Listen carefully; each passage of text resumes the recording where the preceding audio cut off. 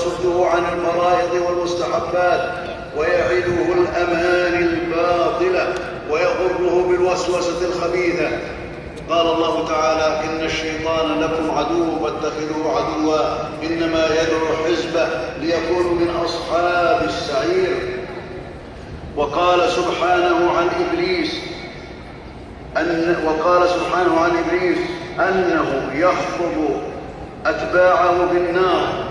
وقال الشيطان لما قضي الأمر: إن الله وعدكم وعد الحق ووعدتكم فأخلفتكم وما كان لي عليكم من سلطان إلا أن دعوتكم فاستجبتم لي فلا تلوموني ولوموا أنفسكم ما أنا بمصرخكم وما أنتم بمصرخي إني كفرت ما أشركتموني من قبل إن الظالمين لهم عذاب أليم.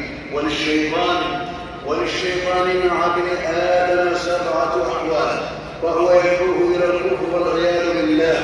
فإن استجاب الإنسان فقد بلغ منه الشيطان الغاية وضمه لحزبه، وإن لم يستجب للكفر دعاه إلى البدعة، فإن نجا من البدعة بالاعتصام بالسنة والمتابعة للكتاب والسنة دعاه إلى الكبائر وزينها له وسوف له التوبة، فتمادى في الكبائر حتى تغلب عليه فيهلك.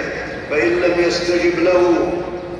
يستجب له بالكبائر دعاه إلى صغائر الذنوب ويهونها عليه حتى يصر عليها ويكثر منها، فتكون بالإصرار كبائر فيهلك لمجانبة التوبة.